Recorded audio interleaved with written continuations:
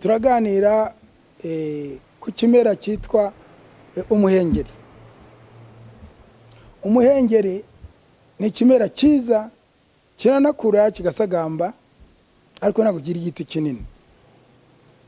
Kiri mu biti bisagamba, mbese bigandara ariko bitoya, bidakura ngo bijye hejuru cyane, ariko gifite umumaro. Umumaro mu buzima bwacu ugomba kugikoresha amababi yacyo. Amababi y'umuhengeri afite icyatumarira cyane mu bijyanye n'indwara za rubagimpande. Iyo rubagimpande urumva ko ni indwara ibigufata umubiri wose, ukumva wacikaguritse, nta ntege, gutambuka biranze, amaboko kuyahinura biranze, ariko mu by'ukuri ukoresheje umuhengeri neza ufite akamaro ko kugukiza ya rubagimpande rwose, ugakira ugatambuka, ukaba wanakubwira ngo bintore uhamirize, ugaca umugara kubera ko wakoresheje uriya muti bita umuhengeri.